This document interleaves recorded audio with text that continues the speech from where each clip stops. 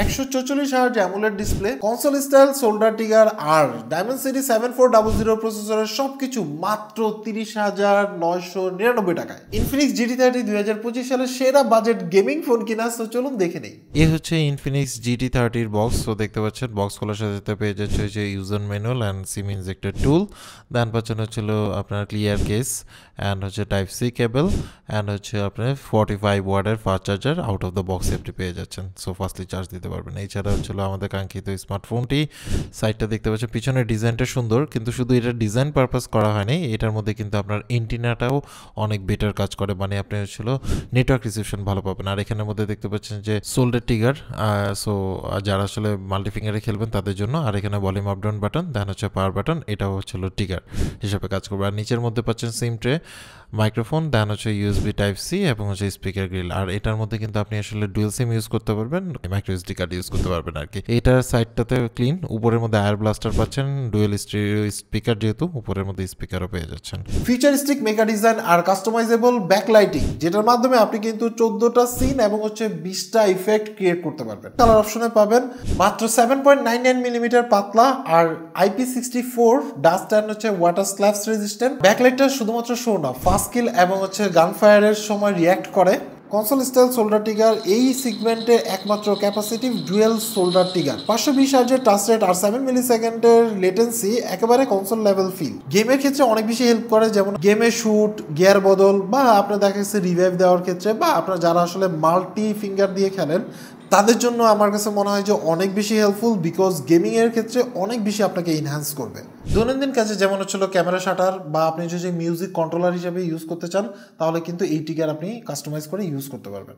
6.78 ইঞ্চের 1.5K resolution আর 144 Hz refresh rate, সাথে 4500 peak bright TÜV low blue light, যেটা চোখের জন্য আরামদায়ক। মানে আপনি যখন গেম খেলবেন তখন সেই ক্ষেত্রে কিন্তু অনেকক্ষণ গেম খেললে চোখে যে প্রবলেমটা হয় সেটা একটু কম হবে আর কি তুলনামূলকভাবে। 2160 Hz instant touch sampling rate, যেটা আসলে আলটিমেট রেসপন্স কন্ট্রোল করতে পারবেন। ফ্রেম ড্রপ ছাড়া হাই এফপিএস এ গেমিং এর জন্য পারফেক্ট। মিডিয়াটেকের ডায়মেনসিটি 7400 5G প্রসেসর ইউজ করা হয়েছে। এছাড়া LPDDR5X র্যাম, যেটা আসলে 8GB, এবং আসলে স্টোরেজ হিসেবে থাকতেছে 256GB UFS 2.2 স্টোরেজ। সো বুঝতেই পারছেন যে ফাস্ট রেসপন্স পাবেন অ্যাপ ওপেনিং এর ক্ষেত্রে বা গেমিং এর ক্ষেত্রে, ভালো একটা সাপোর্ট পাবেন। আন্তত স্কোর 767K এর কাছাকাছি। সো বুঝতেই পারছেন যে মোটামুটি ভালো আপনি আসলে পারফরমেন্স পাবেন। এছাড়াও এআই ফ্রেমিং রিসার্চ ইঞ্জিন, যেটা ফ্রেম ড্রপ কমায়, গেমিং স্মুথ করে। এছাড়াও 3D VCC কুলিং, যেটা 20,000 mm square hit ডিসিপেন্ট area.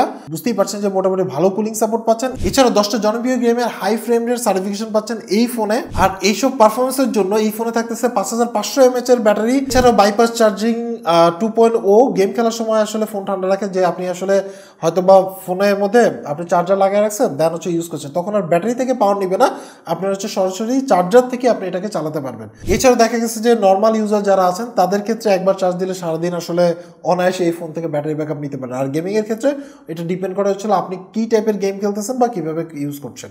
Main camera হিসেবে থাকতেছে সনি 64 মেগাপিক্সেলের ক্যামেরা, আর সেকেন্ড ক্যামেরা যেটা সেকেন্ডারি ক্যামেরা সেটা হচ্ছে আপনার 8 মেগাপিক্সেলের আলট্রা ওয়াইড ক্যামেরা, ডেফিনেটলি কাজের জিনিস। এছাড়াও ফ্রন্ট ক্যামেরা হিসেবে থাকতেছে 13 মেগাপিক্সেলের সেলফি ক্যামেরা, যেটার মাধ্যমে আপনি ইনডোর এবং আউটডোরে মোটামুটি ভালো ছবি তুলতে পারবেন। এবং আমরা কিছু ক্যামেরা স্যাম্পল দিয়ে দিচ্ছি, যদিও ফোনটা অনেক কম সময়ের জন্য আমার হাতে ছিল, সো সেই ক্ষেত্রে আমরা কিছু ক্যামেরা স্যাম্পল দিচ্ছি। বাট আমার কাছে মনে হয় যে ক্যামেরাটা আসলে ডিপেন্ড করে হচ্ছিল আপনি লাইটিং কন্ডিশন এবং আপনি কিভাবে ছবি তুলছেন এবং কে ছবিটা তুলতেছে সেটার উপরে।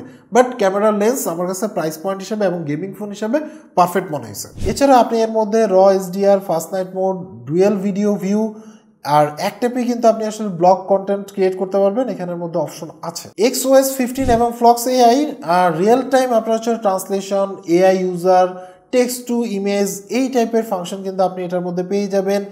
ডুয়েল স্টুডিও স্পিকার পাচ্ছেন, NFC পাচ্ছেন, আয়ার ব্লাস্টার পাচ্ছেন। এছাড়া এই ফোনের সাথে আপনি পাবেন 2টা মেজর অ্যান্ড্রয়েড আপডেট এবং হচ্ছিল 3 বছরের সিকিউরিটি প্যাচ। ওভারঅল যদি আমি আসলে কনক্লুশন করি, শোল্ডার ট্রিগার, ডায়মেনসিটি 7400 এবং আপনার হচ্ছে 144 Hz 1.5K ডিসপ্লে, এক কথা এই দামে বেস্ট। কারণ 30,000 টাকার মধ্যে রাইট নাও যখন ভিডিওটি পাবলিশ করছি আমার কাছে মনে হয় যে এটার অল্টারনেটিভ অপশন খুব কমই পাওয়া যায়। যারা আসলে বাজেটের মধ্যে ফ্ল্যাগশিপ গেমিং এর ফিল নিতে চান, সো তারা চাইলে এটাকে কনসিডার করতে পারেন। সো এরপরও কিনবেন না কিনবেন এটা টোটালটা আপনার উপর ডিপেন্ড করে। আমরা জাস্ট হচ্ছিল এই ফোনটাকে আপনার সাথে ইন্ট্রোডিউস করে দেন। সো অ্যাকচুয়ালি আপনার কাছে ইনফিনিক্সের GT30 ফোনটা কেমন লাগছে সেটা অবশ্যই কমেন্টস করে জানাবেন। আর সবাই ভালো থাকবেন। আল্লাহ হাফেজ।